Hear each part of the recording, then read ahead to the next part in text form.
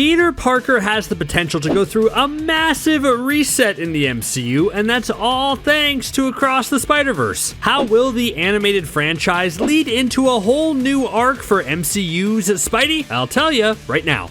I am beyond hyped for Across the Spider-Verse. At first, I was a little hesitant about the idea of a sequel. The first movie is a practically perfect film, and I thought there was no way any sequel could live up to the insane hype and quality of the first one. Plus, part of what made that first Into the Spider-Verse so breathtaking was its animation style. And now that all animated movies are sort of like that now, is the hype gone? Well, now I don't think so. With every passing clip or announcement or trailer, I just get more and more excited for Across the Spider-Verse. But like any superhero property nowadays, I can't just think about one movie, I gotta think about the larger franchise and what comes later. It's just how our brains are hardwired nowadays, I suppose. So what does the future hold for animated Miles Morales? Well, I'm now leaning toward a live-action debut in the MCU, potentially setting up a Peter Parker / Miles Morales team-up. I mean, yeah, we got Miles Morales teaming up with a bunch of Peter Parkers in Into the Spider-Verse and Across the Spider-Verse. That's not what I mean. I mean a Tom Holland Peter Parker teaming up with Miles Morales from the animated franchise. How would that even work? Well, I'm going to break down not only the logistics and why that's plausible, but I'm also going to talk about how it's the best thing for Tom's Peter Parker in the MCU and can set that character up in a whole new direction with a new trilogy of films. So how do we get to the point where Miles and Peter can team up?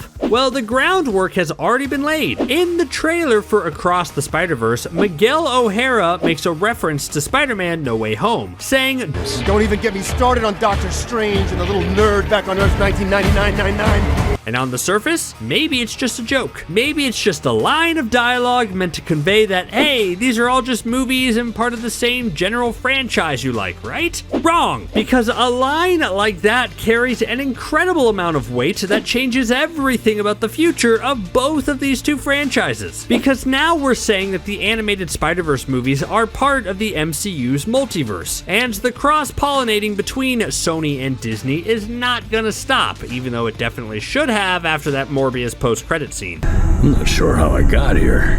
Has to do with Spider-Man, I think. But the stakes are much higher here, because from what we've seen from the clips of Across the Spider-Verse, Miguel O'Hara has assembled a large group of Spider-Men together to protect the multiverse from some larger multiversal threat. Well, over in the MCU, we have just been introduced to a group of villains whose whole thing is to either control the multiverse or destroy it completely. Kang the Conqueror is a massive multiversal threat and is wiping out universes left and right. So doesn't that mean Kang would be the big threat that Miguel is worried about? It would be weird if it wasn't, right? Like, Miguel knows about what is happening on the MCU's Earth, obviously, so he has to know about Kang, but is like, nah, no biggie, guys. I mean, have you seen Miguel in the trailer? The two things I know about Miguel from that Across the Spider-Verse trailer is that he's been hitting the gym since Into the Spider-Verse's post-credit scene, and he cares about the multiverse. So now the threat of Kang is looming large over the Spider-Verse, and we can kind of trace a thin path forward that leads to Miles in live action and forever changing Peter Parker's life. Let's say that Across the Spider-Verse opens up that franchise and we go fully across the wide and infinite Spider-Verse. We are probably going to build off the theme of the first movie. Into the Spider-Verse had the message, anyone can wear the mask, and now the second movie will be about how, yes, anyone can wear the mask, but not everyone wears it the same way. Both of those movies saw, or will see, Miles team up with Spider-Man across the multiverse, giving him that sense of connection and how he's not alone. Well, then I think the third movie should challenge that a bit and force Miles to be alone, or close to alone.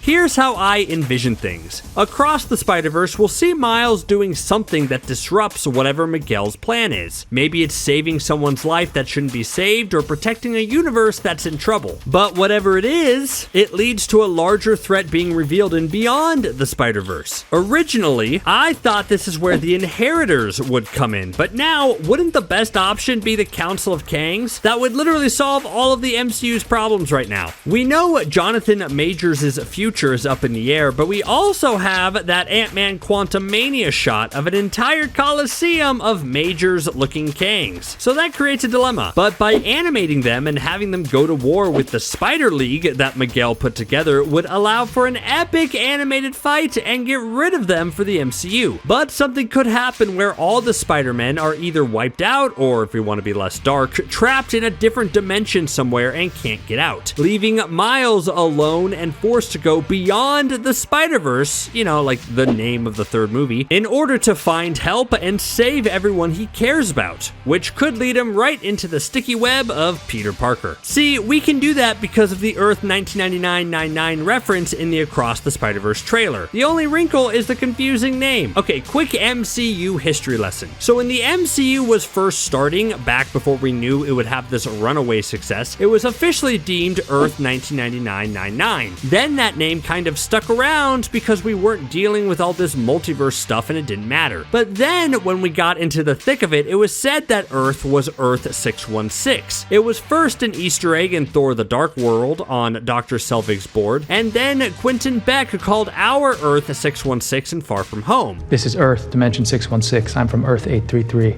And then it was confirmed to be 616 in Multiverse of Madness. Our universe is 838, and we've designated yours 616. People like to point out the plot hole of Beck knowing that this Earth was 616, but I heard someone say once that they can explain that with Beck being thorough in his research and finding Selvig's notes. But that's just rationalizing the very simple, real reason of, hey, shut up and go with it mindset. But here's the issue. Earth 616 is the Earth in the comics, and for the longest time, people could say the comics were Earth 616, and the MCU was Earth 1999-99. But Feige seems adamant about powering through and making the MCU universe 616. So why would Miguel O'Hara call it Earth 1999-99? Probably to give them a bit of leeway just in case they can't make a connection happen. But a connection kind of makes this story awesome. Let's talk about Peter Parker to see why. So that was all about Miles, but what about Peter Parker? We left him in quite the interesting spot in No Way Home. I think personally it was one of the most brilliant story moves the MCU has ever done. From the beginning, people have generally loved this new version of the webhead, but there were plenty of valid complaints that Peter wasn't really like his comic counterpart. Sure, the broad strokes were there, but it was a little strange seeing Spider-Man essentially become Iron Man Jr. and always having the latest and greatest technology and resources at his disposal. Far From Home tried to ground the wall crawler a bit by framing him for Beck's demise, but that was still flimsy. No Way Home took things to the extreme, where it not only had a massive multiversal story, you know, the type that people were criticizing the character for because Spider-Man doesn't always have to have universe-ending adventures, but then the movie ended with a character reset. Peter suddenly was alone in the world, barely scraping by, and having that classic Peter luck he tends to have. Great choice.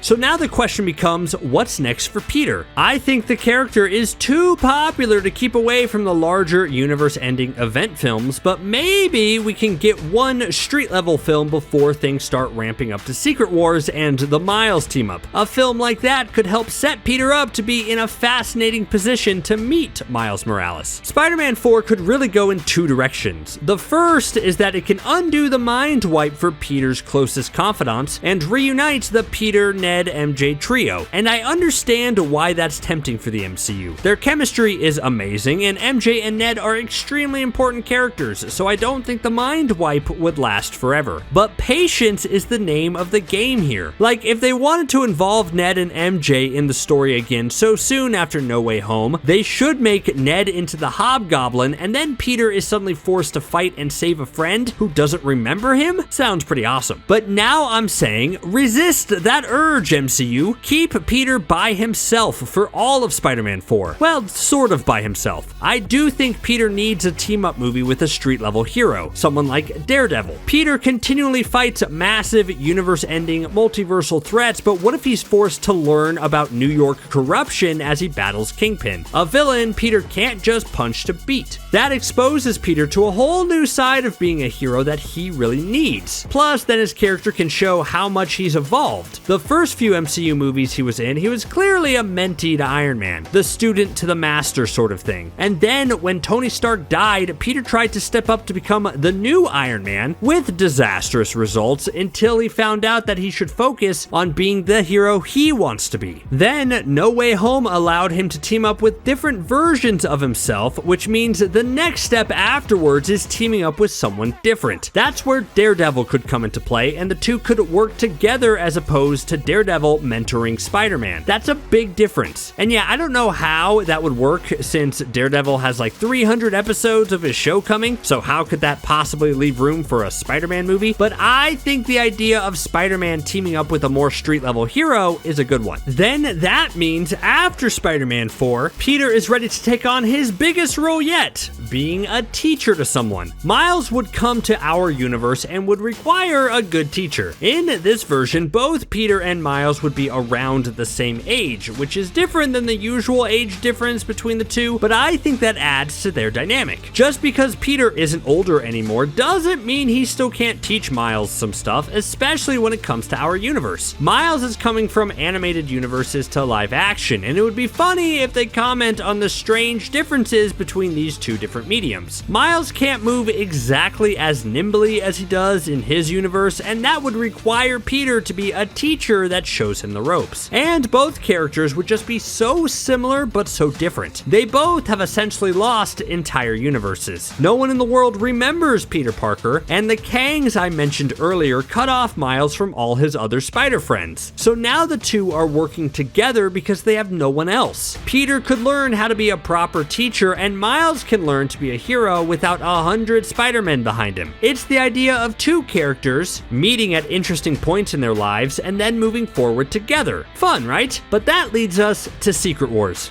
So Secret Wars is now the big event movie that we're marching toward. We don't have a lot of details on the project quite yet, but we can assume it's going to be the biggest thing that the MCU has ever done. Yes, even bigger than Endgame, as it tries to weave together a story that will reference a bunch of different universes besides our own. I assume we're going to get a Battle World type of scenario, and that's the perfect chance to pair off Peter Parker and Miles Morales on their own mini solo side quest. Because, I mean, it's Secret Wars. There's going to be a lot of moving parts and different little teams probably, and the most interesting one to me would be Peter and Miles. In the new Secret Wars comic arc, these two are off on their own, and they encounter Molecule Man, aka one of the most powerful beings in the entire universe. And then something really funny happens. Molecule Man explains how hungry he is, and Miles gives him a really old hamburger he has with him. It's a tiny gesture, but it changes Miles' future completely. The heroes save the day from God, Emperor Doom, and Molecule Man rewrites everything, making Earth 616 now Earth Prime, and some characters either brought back to life or reset in some way. The biggest change was Miles Morales, who found himself permanently transported to Earth Prime along with his revived mother, a gift from Molecule Man for giving him the cheeseburger, and that's how Miles came to our universe and stayed there. So what does that mean for the MCU and the future of Spider-Man? Well, I think something very similar could happen like in the comics. With Miles on Earth 1999-99 or Earth 616, he and Peter could embark on a solo journey together, solve a key piece of the Secret Wars movie, and then when everything is back to normal, all the previous multiversal Spider-Man will be reset, but Miles and his family will officially be in the MCU's universe. It can also come with the added benefit of MJ and Ned remembering Peter. See, waiting for that payoff instead of immediately resolving it will make Secret Wars that much better. Both characters get a win. This will allow for more movies in the future where Peter and Miles can team up and give us a new type of Spider-Man live-action movie. Because not counting guest appearances in other movies, we've had like 8 live-action solo Spider-Man movies. 9 if you think we can squeeze out Spider-Man 4 before Secret Wars. And by that point, we need to do something different. Adding Miles to our main live-action universe puts both of the characters in fascinating positions transitions for the future, I think this would be a great place to take